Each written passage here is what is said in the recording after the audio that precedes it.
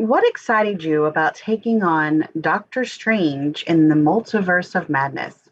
Well, there were several things that made it exciting for me to take on Doctor Strange in the Multiverse of Madness. First, it's a Marvel film, and I love Marvel films. And secondly, it's Sam Raimi, and I love working with Sam. So it was kind of like a win-win situation of these two worlds coming together. And amazingly, the film feels like a child, like with DNA. It's both, clearly it's a Marvel film, but it's also very much a Sam Raimi film. And pulling that off is kind of a miracle. So it was so fun to work on. Speaking of Sam, do you and Sam have a kind of shorthand when you work together, or have you two developed more of a synergy? Describe what that working relationship is like. What's it like working with Sam? It's unique. Sam is the nicest guy in the world, and he brings kind of a level of fun and humor to the sessions when we're working together. That's not the usual intensity that it is between a director and a composer when they're really working things out. He just somehow makes it so I'll end the session kind of laughing with a smile.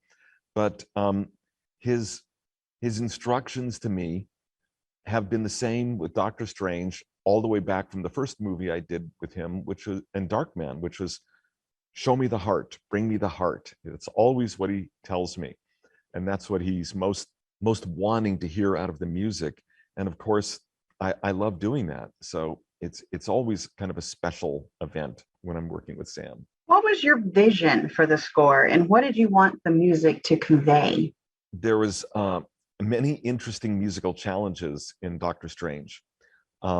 One of them was having themes that would have dual purposes. I knew I wanted a theme for Doctor Strange that would also work to express the lost love for Christine, and it would be like his own theme, but express kind of loss and wanting.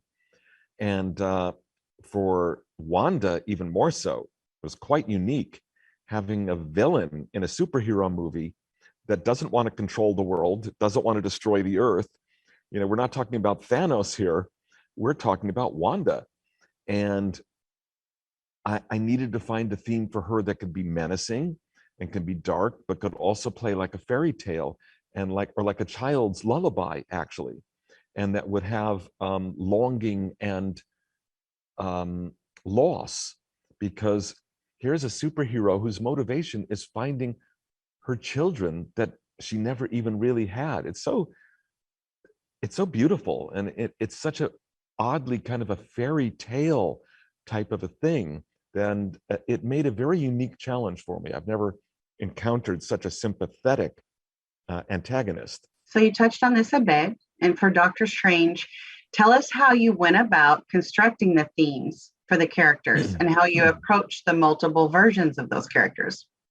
Well, when I'm constructing a theme, I want to put it through a certain laboratory testing. Can I take Doctor Strange's theme? Can I make it feel heroic? Can I make it feel anti-heroic? Can I twist it around and do different things with it? With Wanda's theme, can I make it sound like she's the Scarlet Witch when I needed to? And can I make it sound like something that's really sweet and heartbreaking when she's talking to her own children that are rejecting her at the end of the movie, which is really one of the sweetest scenes ever.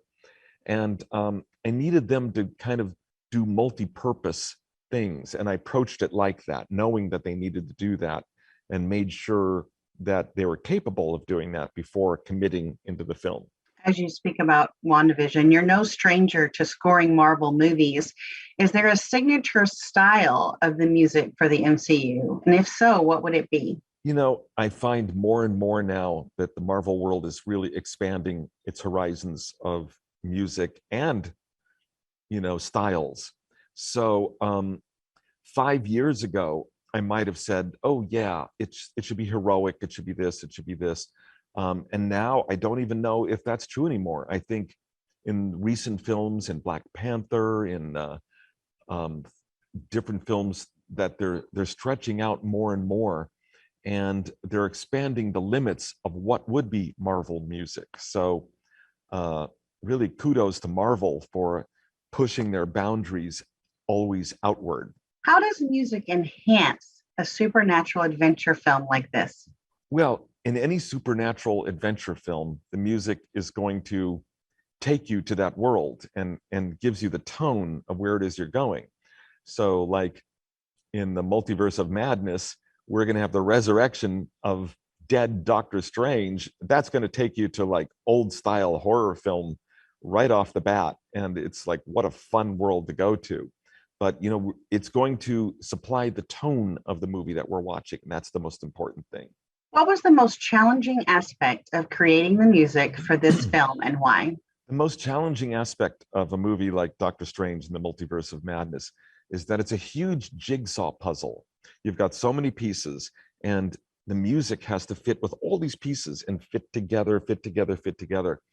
Fortunately, I love musical jigsaw puzzles, and so it's very challenging, but it's a challenge that I really love. So you might have answered this a little bit, but what do you enjoy the most about scoring this film? The most fun I had scoring this Doctor Strange was just the diverse elements and the ability to like break out of the boundaries of what one would expect in a Marvel movie tonally and do some kind of crazy stuff that Sam really encouraged me to do. That was great. Thank you so much, Danny. Thank you. My pleasure. Thanks for watching. Make sure to like and comment on the video if you enjoyed it. Check out our suggested playlists here for more entertaining videos. Subscribe to the channel and hit the notification bell to be notified when new videos are released.